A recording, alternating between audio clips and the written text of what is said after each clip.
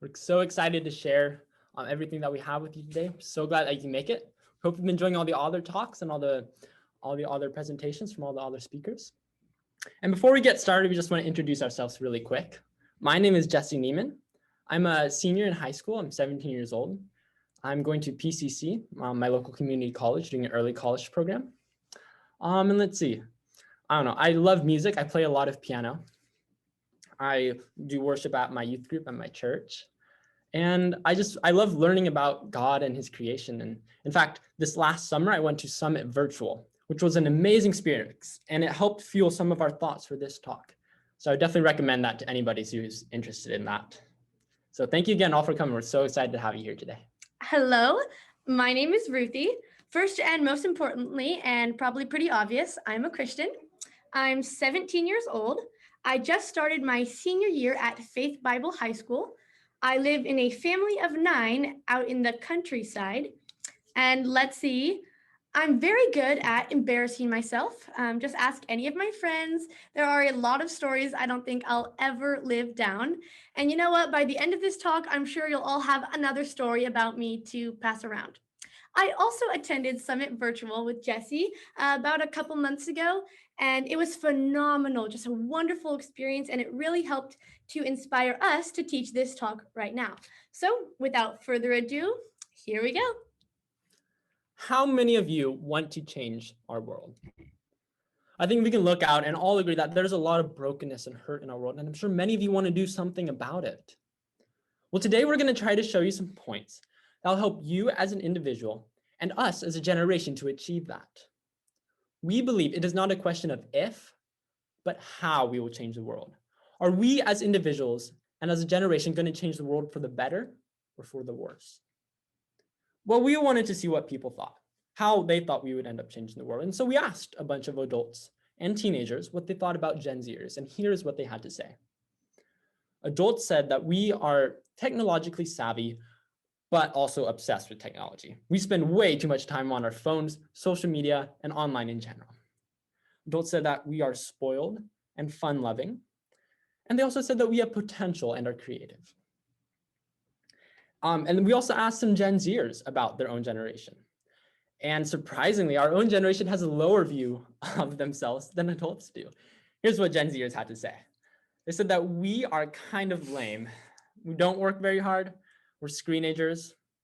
We're confused about life and like TikTok and ripped jeans.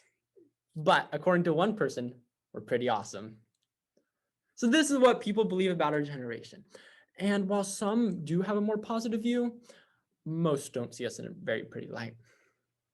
But we are here to tell you that we as a generation, we have potential. We have so much potential. Each and every one of you has so much potential. We're projected to occupy a quarter of the workforce this year. Many of you Gen Zers are starting to vote, and many more will soon. We'll soon be raising children and influencing their beliefs. And just as we enter into the public sphere, we're bringing our ideas, our beliefs into the public sphere. We're influencing the future of our world and the future of our generation. So rather than bemoaning our unique traits as a generation, let's start looking at our attributes through a positive lens. Let's see how we can embrace the defining characteristics of our generation and use them to further God's kingdom. As a generation, we will change the world, but will it be for the better or for the worse? Yes, so as Jesse has said, as teens and young adults, our time has come to change the world. So let's change it for the better. Let me give you a quick explanation of what we'll be doing today. The majority of people can agree on a generalized list of attributes that characterize Gen Z. And just for reference, when we say Gen Z, we mean everyone born from 1996 to 2015. As of today, that's anyone from about the ages of 5 to 24. So what we decided would be most helpful to you, our audience, would be to skim through this list of characteristics and pick out a few key qualities and look at them through a beneficial lens, seeing the good and practical and beneficial side of who we are. Because honestly, we can't change some of the defining things about us, about Gen Z. We can't travel back in time and grow up in an era without the internet and without the advanced technology that we have today. We can't throw away every phone and pretend like we don't have an overflowing well of information at our fingertips. We can't reverse the social movements that have shaped us. So let's not try to. Let's embrace the things that we've learned from the way that we've grown up and use them in the most valuable and productive ways possible.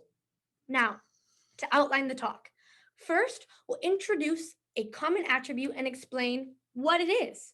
Second, we'll look at it from a biblical perspective. What does the Bible have to say about XYZ? Third, we'll look at it from a practical viewpoint.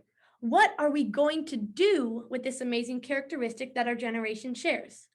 Fourth, we'll go over a few cautions or things that we need to be careful of. And finally, we'll talk about support. How can we support each other as peers, and how can adults support us? So, last thing to mention before we get started, we understand that not all of you are going to identify with all or any of these attributes that we're going to present. But remember, these are generalized characteristics of our generation as a whole. So, even if you don't relate to anything in particular, you can use this information to help and encourage others. If you're an adult, I'm sure your kids or grandkids for that matter exhibit these, or maybe you have a coworker you can better relate with afterwards because now you better understand them. Basically, there's something in this talk for everyone. Remember, we will change the world. Will it be for the better or for the worse? Okay, let's dive right in. A few years ago, my grandparents were staying at my house and we were all getting ready for my older sister's graduation. Now, the ceremony was taking place at my church, and with them being from Washington, they naturally needed directions. So I told my grandpa, just plug it into your GPS, it'll take you right there. His response, that's what that little voice in my phone is? Yes, Grandpa. Yes, it is. I proceeded to spend the next 45 minutes painstakingly explaining to him what a GPS was and how it worked. Okay, my point? Most of us teens have had similar experiences, and not just with our grandparents, with our parents, our teachers, our parents' friends, most of whom think that we have some magic power for being able to understand the complexity of the internet or something like that. Which brings me to the first attribute we'll be discussing today. We are digital natives.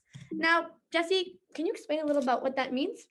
Of course. So I think many people know and understand this. When we were interviewing teenagers and adults, an overwhelming majority of the responses had something to do with how technology and Gen Zers are intertwined. But you see, as a generation, we are bombarded with screens. We're surrounded with technology.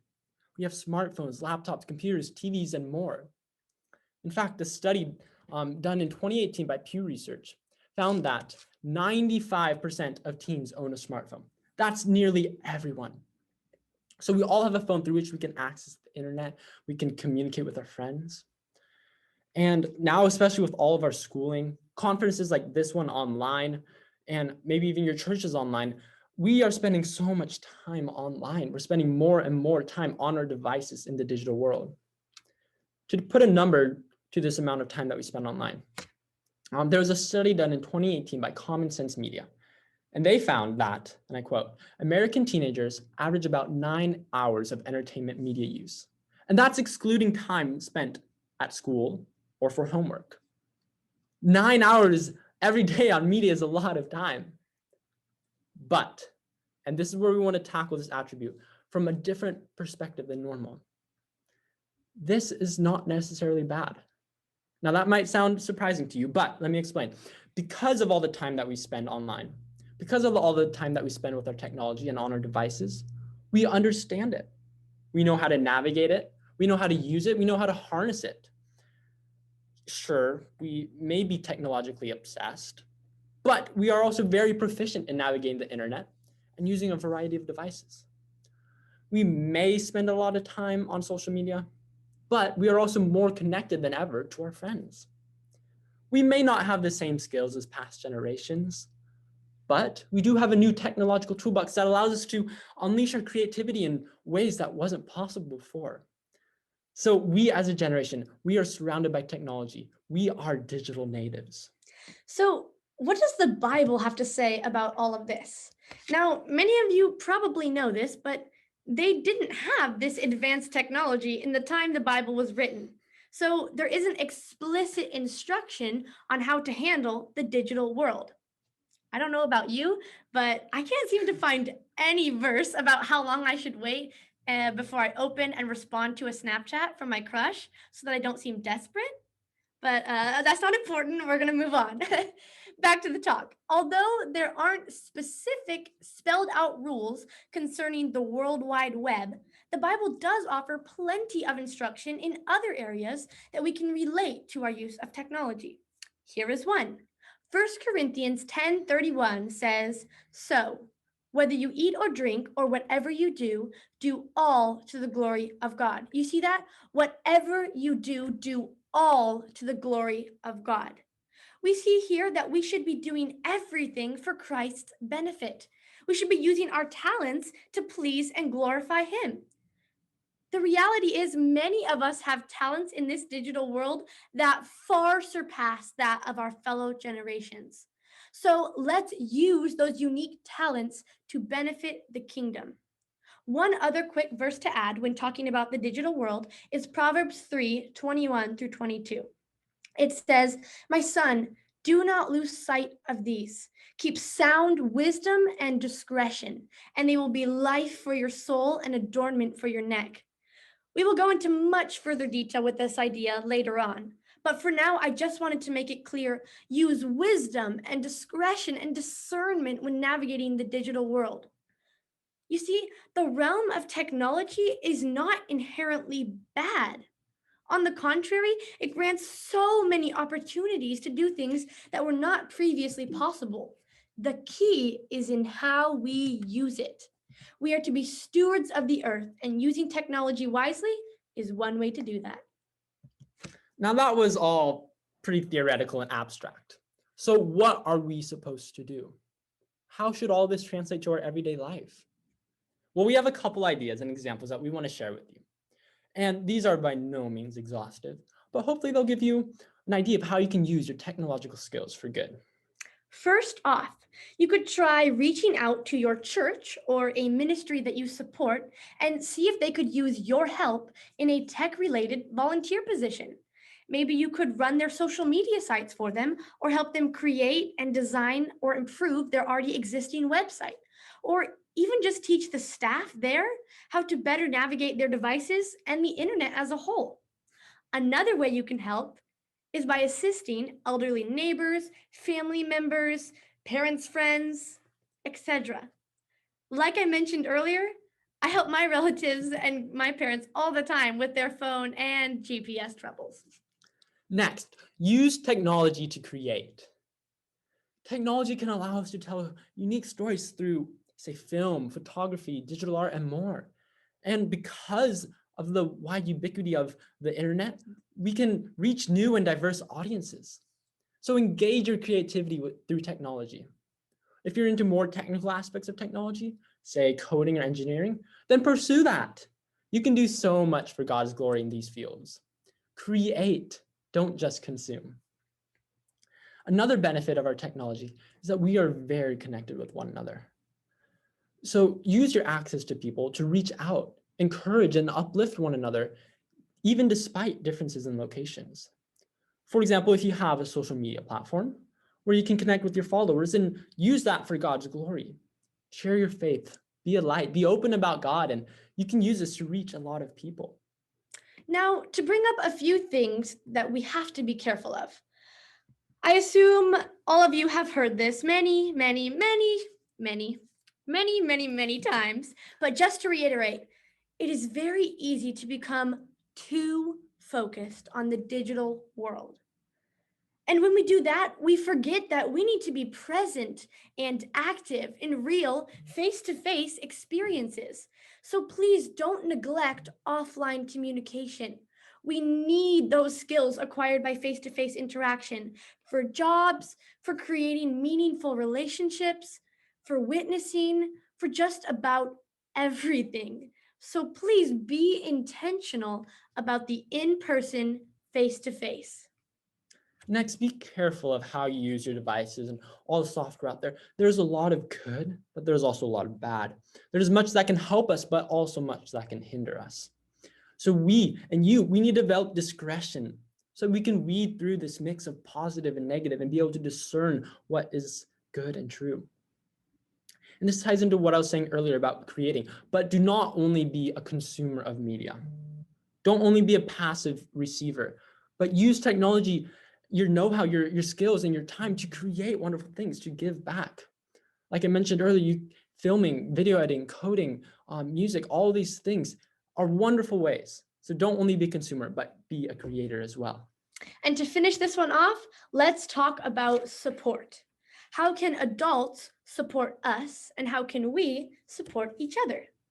The first thing that comes to mind for me is that adults can and should encourage and affirm the positive use of our digital skills, rather than always ratting on us for something that is an essential part of many of our lives. They can show us how to capitalize on our skills for good. Secondly, adults can teach us how to develop the social skills that we need for in-person relationships and mentor us in our offline interactions. And friends, we can keep each other accountable.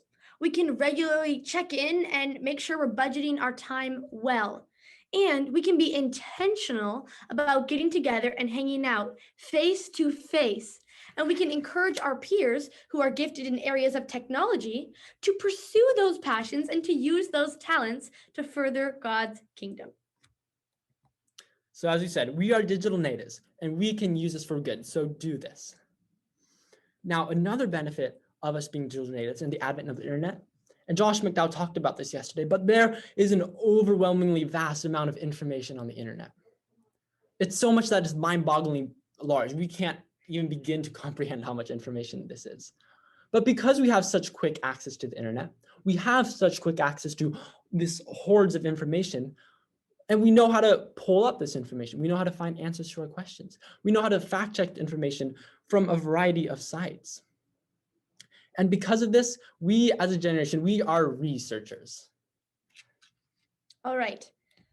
From their book, So the Next Generation Will Know, Sean McDowell and J. Warner Wallace, they kind of give a list of facts about us being researchers. So I'm just going to go through them really quickly with you. 1, we are familiar with a large variety of information platforms, and we are pretty skilled at quickly navigating them and knowing which to go to for specific questions. We like to educate ourselves and find our own answers instead of just believing things just because that's what we were told. We really want answers to our questions, and those answers can be just a click away. We can easily fact check during a conversation or listening to a sermon or a message. Like we just talked about in the previous attribute, we use the internet as our tool, and we know how to because we are on it a lot. So what does the Bible say about this attribute of ours? What does it say about us being researchers? Well, the Bible encourages researching and fact-checking. In 1 John 4:1, we read, "Beloved, do not believe every spirit, but test the spirits to see whether they are from God, for many false prophets have gone out into the world." You should not blindly accept anything that anyone tells you, especially concerning God. Check it for validity. We need to be discerning. And the next verse, Jeremiah 33, 2-3 says, "Thus says the Lord who made the earth, the Lord who formed it to establish it, the Lord in his name. Call to me and I will answer you and will tell you great and hidden things you have not known." So please seek out answers. The scriptures say, ask God and he will respond. He is God. He's encouraging questions and for us to be inquisitive. Next, in Acts 17:11, it says, "Now these Jews were more noble than those in Thessalonica. They received the word with all eagerness, examining the scriptures daily to see if these things were so." This was Paul talking to them, and they still took it back to the scriptures and examined it. and they were praised for it. So if these Jews were fact-checking Paul the apostle, how much more should we fact-check our peers, our parents, even teachers and pastors? And the last verse, Proverbs 14:15, says, "The simple believes everything, but the prudent gives thought to his steps." Now, this one's pretty self explanatory. The prudent are those who think things through. So again, how does all of this play out in our everyday life? First of all, you need to study the truth. We need to study the Bible. We need to be tethered to the Bible, to the truth. When you see something incorrect, if you have studied the Bible, then it will bug you and you will be able to recognize it as false. Next, we must develop a discernment. As I mentioned, there's so much information on the internet, and much of it can be used for good, but there's also much bad information out there. So we need to be able to read through this mix of good and bad information. Next, always be fact checking people. Even if they have a respected reputation and good credibility, you should be fact checking them because maybe they have a great thing to say about one thing, but everybody can stumble, everybody can come up with something false. And so, one of the things I appreciate most about my dad is that he is constantly telling me, don't believe it because I told you, look it up for yourself. Make sure that it's solid. It just makes sense. So please use the researching skills that you have to educate yourself. And not only when you're fact checking, but educate yourself on world issues, on biblical issues. Please just be sure that you are well informed. Next, we do have a couple words of caution again. Be careful that you do not become too skeptical and just never believe anything that anyone tells you ever again. There's a balance between having a healthy skepticism and just doubting everything. And next, we've been telling you to fact check. We've been telling you to fact check, search stuff up. But don't forget to check the credibility of your sources. So please make sure that the sources you're using to fact check are reliable. I'm sure you've heard your teachers tell you to never use Wikipedia as your only source for your paper. Well, the same idea goes with real life.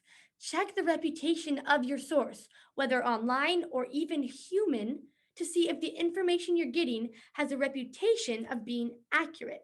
And also check for author's bias. Next, it can be easy as we go about our research and looking for answers to look to science for those answers. But you shouldn't trust science for all of your answers. Many things are not within the realm of science. For example, what happens when we die? Where do mortals come from? Where does consciousness come from? Can science answer those? I don't know if you guys were able to make it to Mr. Swartz's talk earlier today, but he was talking about this, how science, it cannot prove anything really. It can only show us something probable. So science is a great resource, but it should not be a go-all, end-all for all of your answers. And finally, just know that there are some things, some mysteries that we as humans will never understand, or maybe just never have the time to learn. And for those, we might have to learn from others or just have faith. And it depends on what the context is. And finishing this one out also, let's talk about support. Adults, please teach us how to find credible resources and how to check those resources for accuracy. Also, adults, please be encouraging us to fact check and to not believe everything we hear, just like I told you that my dad does. And not only should adults be teaching us, but help one another among your peers. Teach them how to research well, how to research accurately, how to fact check, how to make sure they have a good credibility from their sources. And speaking of researching accurately, one area that needs careful research is that of social justice and supporting the causes you believe in, which brings us to our next attribute. As a generation, we are social justice warriors. Now, what do we mean by that? Well, to give you the most accurate summary, I'm going to read a quote from Sean McDowell's and J. Warner Wallace's book, so the next generation will know. And I think they summarize it wonderfully. They say this: "Their," referring to Gen Z, "outlook on racial and sexual diversity motivates Gen Z to engage specific kinds of causes and movements. Unlike previous generations that embraced anti-establishment causes, baby boomers, Or environmental causes, millennials. Gen Zers are motivated by causes surrounding human equality. And these include issues related to poverty, human trafficking, refugees, and more. Gen Zers want to make a difference in the world. 60% want to use their jobs to make an impact. And 20% of 16 to 19 years olds volunteer for causes they support. So, what did we glean from that quote? Well, we as a generation, we promote and advocate and volunteer for causes that we support. We don't just say we want change, we actively fight for it. I've seen this firsthand among my peers. My youth group holds a fundraiser each year to support a ministry. And all the kids, they'll organize car washes, bake sales, daycare, you name it, all to raise money for this ministry that they support. Many people from my school have taken to posting on social medias to circulate information and inform their peers about issues that they are passionate about. Some of my friends have attended peaceful protests. Others, they volunteer their time at the organizations that they support. Basically, my point is that we do things. We take action. Just the fact that we are aware of all these problems in our society, all of these issues and movements, it just goes to show how passionate our generation is with regards to social justice. Yes. And so what does the Bible say about this? Well, first in Isaiah 1:17, we read, "Learn to do good, seek justice, correct oppression, bring justice to the fatherless, and plead the widow's cause." You see, God is a God of justice. The very concept of justice itself is perfected and epitomized in and by God. And being made in his image means that we need to do the same as he does. We too must seek justice, just as God seeks justice. And in Proverbs 31:8-9, it says, "Open your mouth for the mute, for the rights of all who are destitute. Open your mouth, judge righteously, defend the rights of the poor and the needy." We are called to be representatives of those who cannot represent themselves. We need to speak up for the mute. In his ministry, Christ spent a lot of time with beggars, lepers, tax collectors, and all the social outcasts of his time. And it can be easy to try and distance ourselves from the social outcasts of our own time. And we might think ourselves superior than them and not worthy of our time. But we are called to help them, to support them. We need to defend the rights of the poor and the needy. And now for a verse that touches on a slightly different perspective, one about apathy. 1 John 3:17-18 says, "But if anyone has the world's goods and sees his brother in need, yet closes his heart against him, how does God's love abide in him? Little children, let us not love in word or talk, but in deed and truth." The Bible is clear. Stand up for those who can't stand for themselves. And not just in word, not just saying we want change or saying that something needs to be done about these issues, but actually doing something. And let me just say this, if you are watching this from America, you are privileged. You have an abundance of resources and a portion of the world's goods at your fingertips. So please don't be apathetic. Don't close your heart against your hurting neighbor. Seek justice. Watch out for the weak and the oppressed.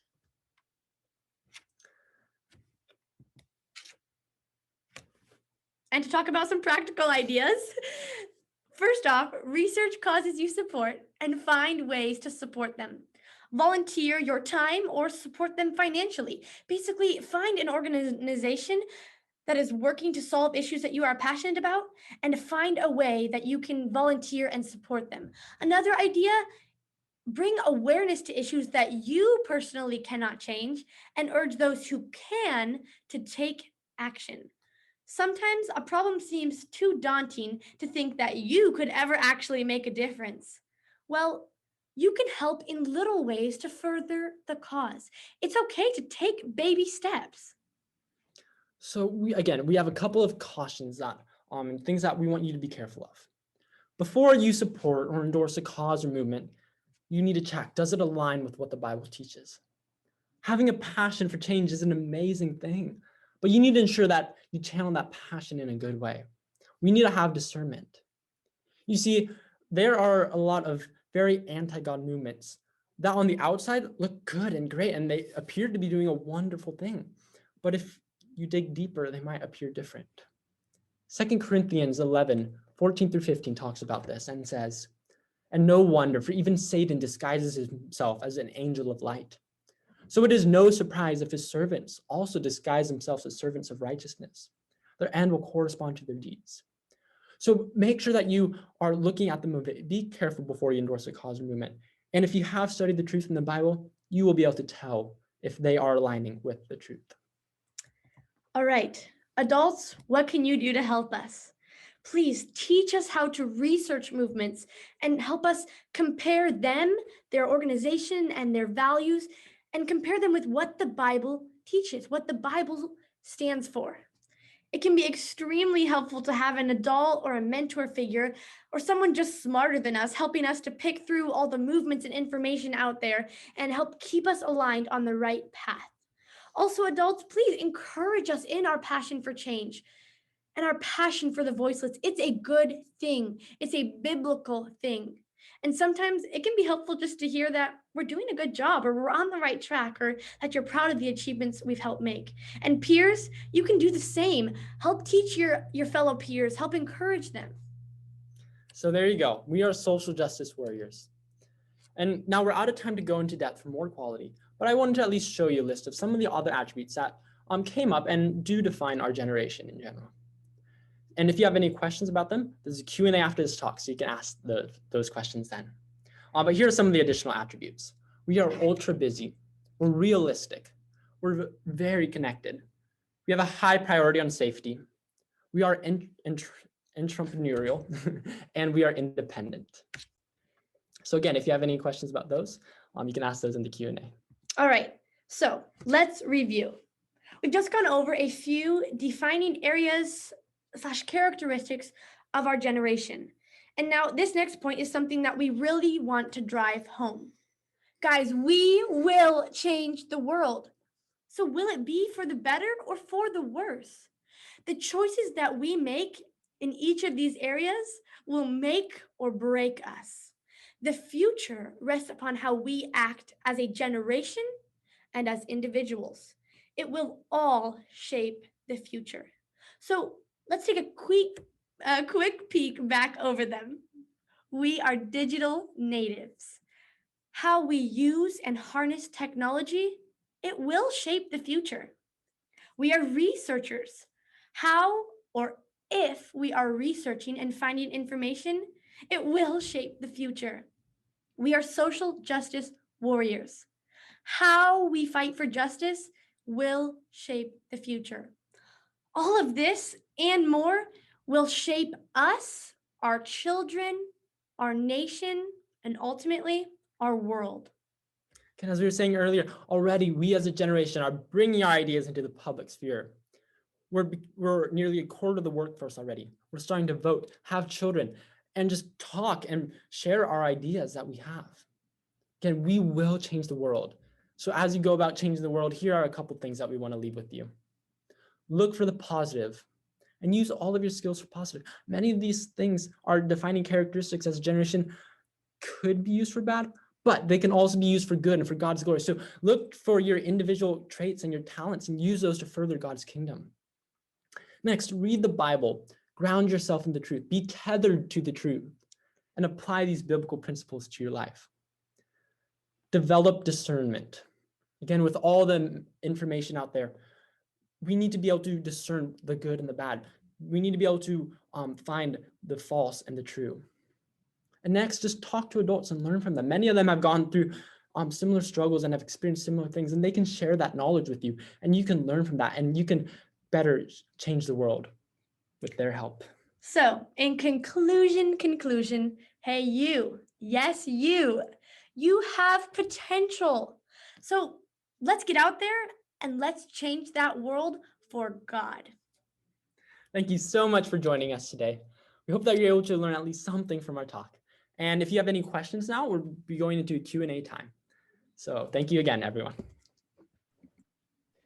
Wow. Thank you so much, Ruthie and Jesse, for all of you guys out there, our audience. Can we give these two youth just a fantastic round of applause? Thank you so much, guys. And we're all muted. So the only one that you heard clapping was me. Now we're going to move into a question and answer session, as our speakers previously alluded to. I didn't see any questions come in to the chat, so I think that might mean that people want to present their questions directly to you. So if you have a question, feel free to unmute and ask our speakers, and they would love to answer.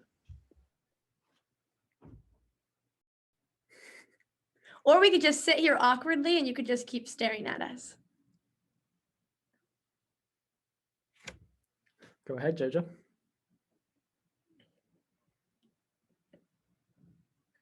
So on you're talking about fact checking on the internet.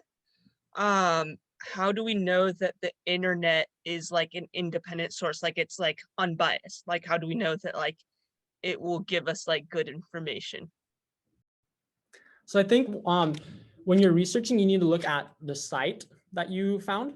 A lot of times a site will have an about section, and look at that, see what they have. Maybe if it's research, see where the funding came from, see who sponsored it.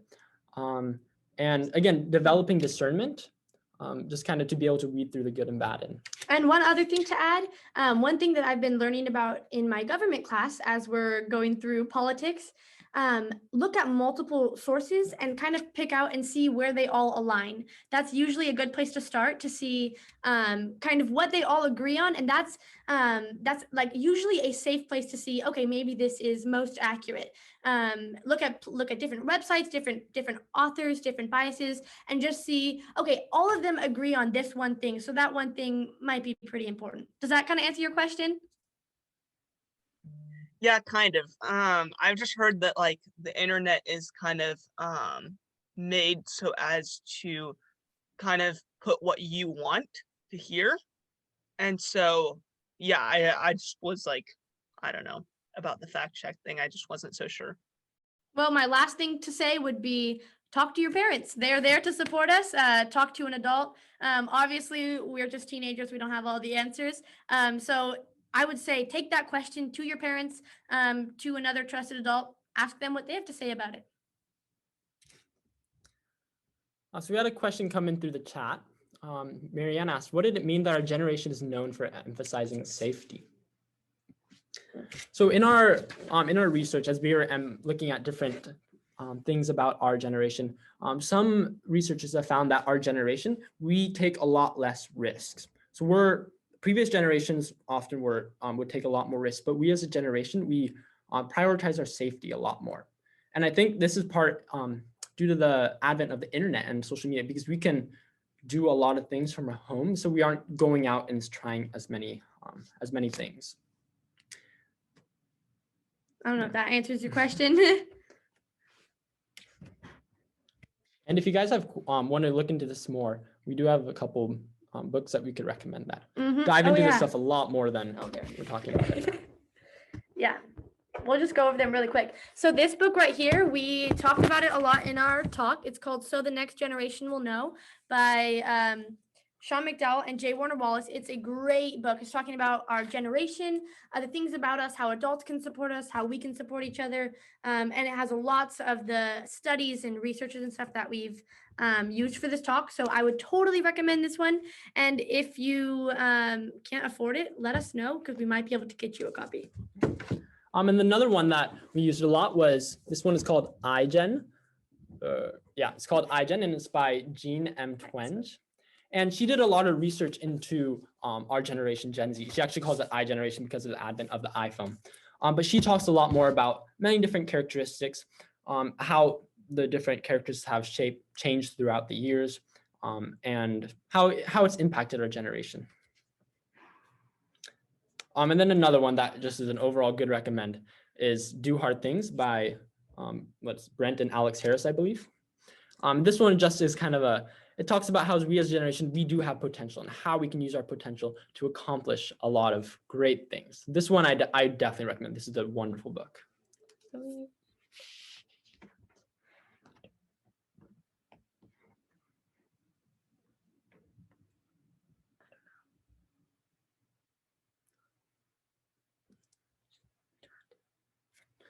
Let's see. So there was another question in the chat.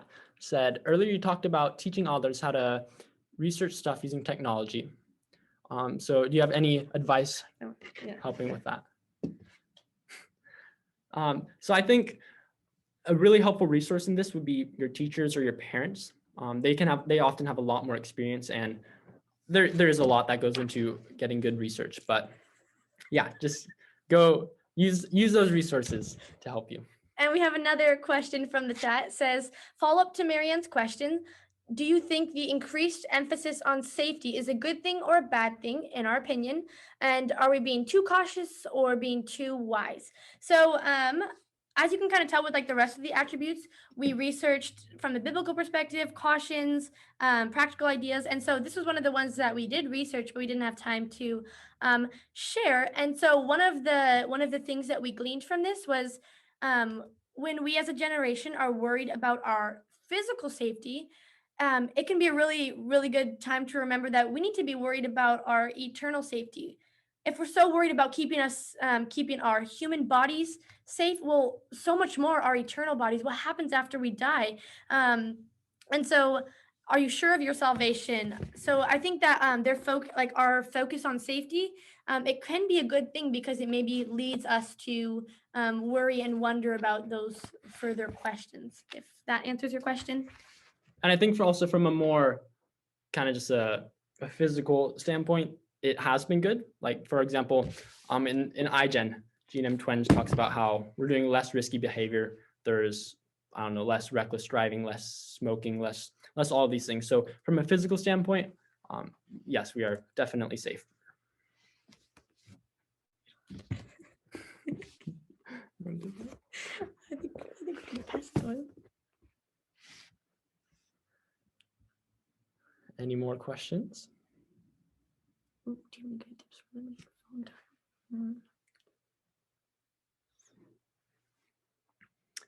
time? So yeah, it looks like you can all see that. But Mrs. Danker asked, do you have any good tips for limiting phone time?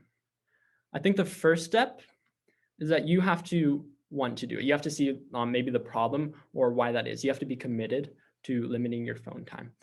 And then once you're committed and you're like, okay, I am going to do this, then you can get the help of, there's not only a lot of good apps, but get your parents. They can help you maybe set up some limits.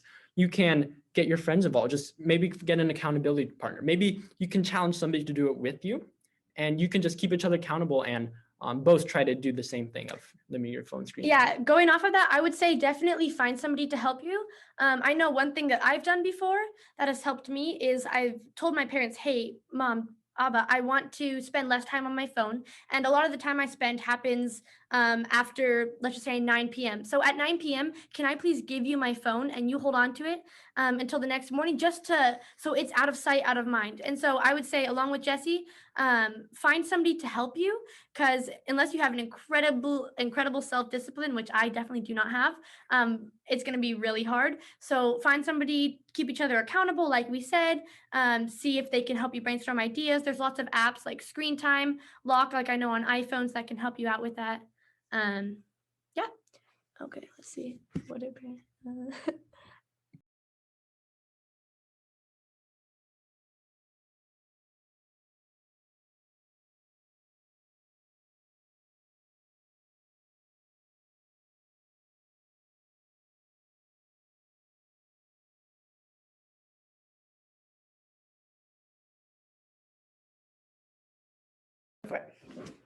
Again, Mrs. Denker asked, any good tips for being sure to get time in the Bible? First thing I can think of is set dedicated times every day just to develop a routine. It can be whenever. It could be maybe when you get up, you read your Bible for 10, 15 minutes. Maybe it could be while you're eating breakfast. Maybe it could be during your lunchtime. Maybe it could be, I don't know, just whenever it is, find a dedicated time to read the Bible. And one thing that I found is it's kind of once I start reading my Bible more, I'm more motivated to read it, and then I read it even more. So I think once you start, it can definitely be hard at first, but once you start, I think it will get easier over time, and as you just develop that discipline to do it every single day. Another question says, what are parents doing that you wished we wouldn't do? And what are parents not doing that you wished we would do? I think some of the things that we talked about in the support, just kind of encouraging us more in our passions and in the things that I don't know, that we really care about. That would just be wonderful, because I know sometimes if we're not just like our parents, or we're not interested in the same things, it can be easy to, I don't know, like, feel discouraged. And so if parents, you look at us and you see the good things about our characteristics, you see that we do have a passion for things. Just let us know that you see that's good. Just encourage and affirm that. I don't know, anything you want to add? Yeah, I think just kind of helping us to channel, or kind of guiding us with our skills, with our technological skills, and our researching and our social data and all these other things, kind of helping us to channel those in the right way, rather than just showing us like what not to do, showing us what to do as well. And this question was from my dad, and he says what not to do. I don't know, maybe stop embarrassing me all the time in front of other people. That's not important. Let's see, next question.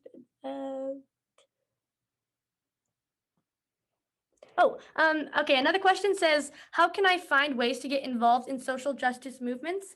Research, do your research, look it up. I know that when I was looking into these things, I saw some of my friends who were involved, and I reached out to them and asked them, and they got me the information I needed. So I would say, really, if you're looking, if you are researching, if you see that your friends are there, ask them. You can definitely find a lot of information out there. And then again, like we said, be discerning. Uh, Talk about it with an adult. Talk about it with a mentor. Make sure that it's valid. But really, if you just go look, you look for ways to be involved, you will find them. Trust me.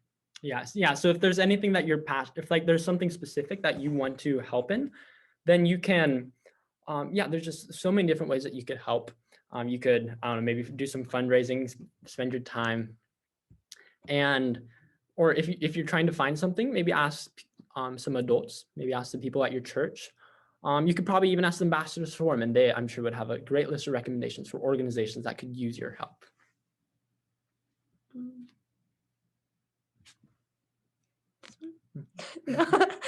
This one. Another question from Mrs. Denker says, what do you personally strive to do better? A whole lot of stuff. Let me just say that. Pretty much everything I strive to do better at. I don't know if there's a specific. I know one thing I'm trying to do, and Mrs. Denker, you know this, is set aside a designated time to read my Bible each day, because I do get really busy, I get distracted, and so one thing I started doing this week was I picked a time frame that I know I have available, and I said, okay, that time frame I am going to read my Bible. And for me, it's when I get home from school and I have lunch. I'm not doing homework, I'm eating my food, and I'm not doing anything else. So I said, okay, that's the time I'm going to choose, and I'm going to be reading my Bible during that time. So that's one thing that I'm personally striving to do better, is make sure that I'm getting my God, make sure I'm studying my Bible more and getting that into my schedule.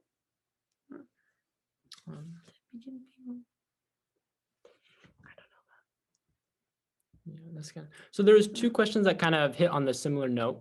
First is raising awareness on social media, a wise thing to do in your opinion. And if I were to start teaching people about God on social media, would that be wise? So I think with social media, this is hard because I think social media is a great jumping point. So it can be a great way to like start a conversation.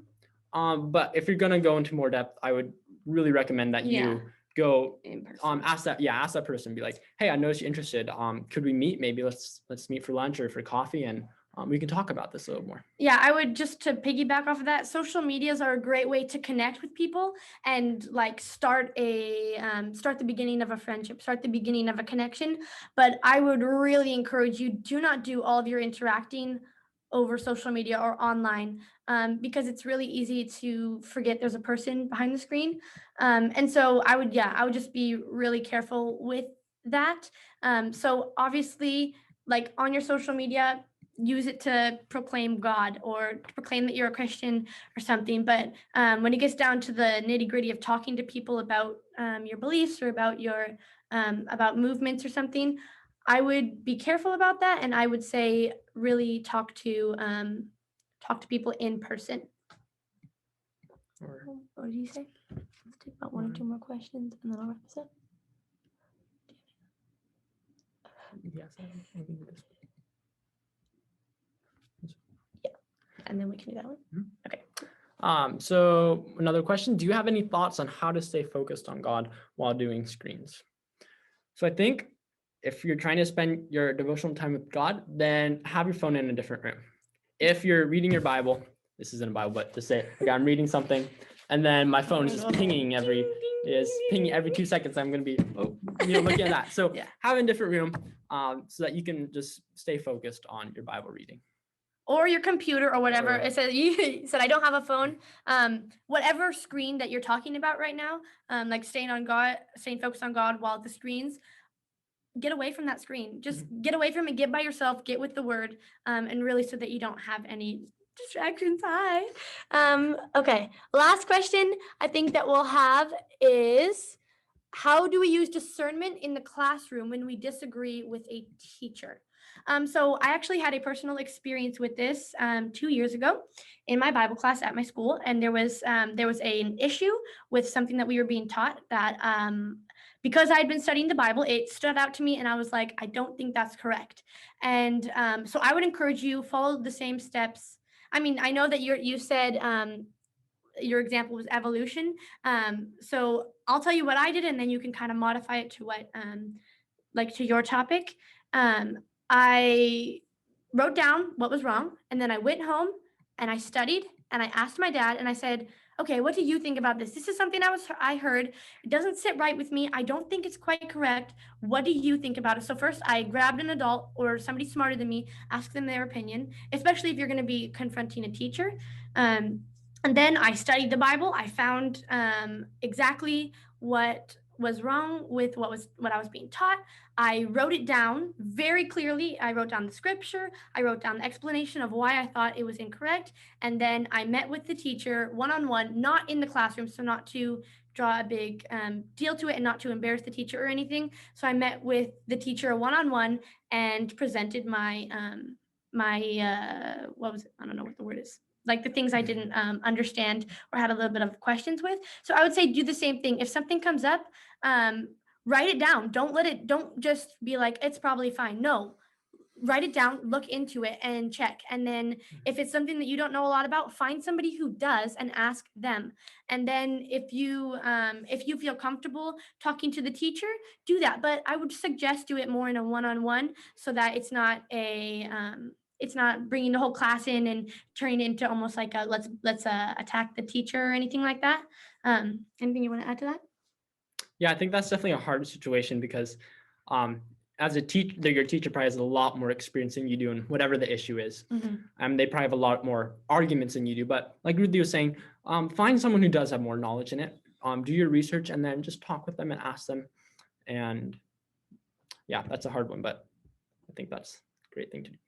All right. Yeah, well, thank you guys so much for all of your insights, for your questions, for your answers. On behalf of all of us, Ruthie, Jesse, me, and that unicorn pillow pet that's been there the entire time, thank you so much for tuning in to our first breakout session entitled We Will Change the World by the Southwest Hills Youth.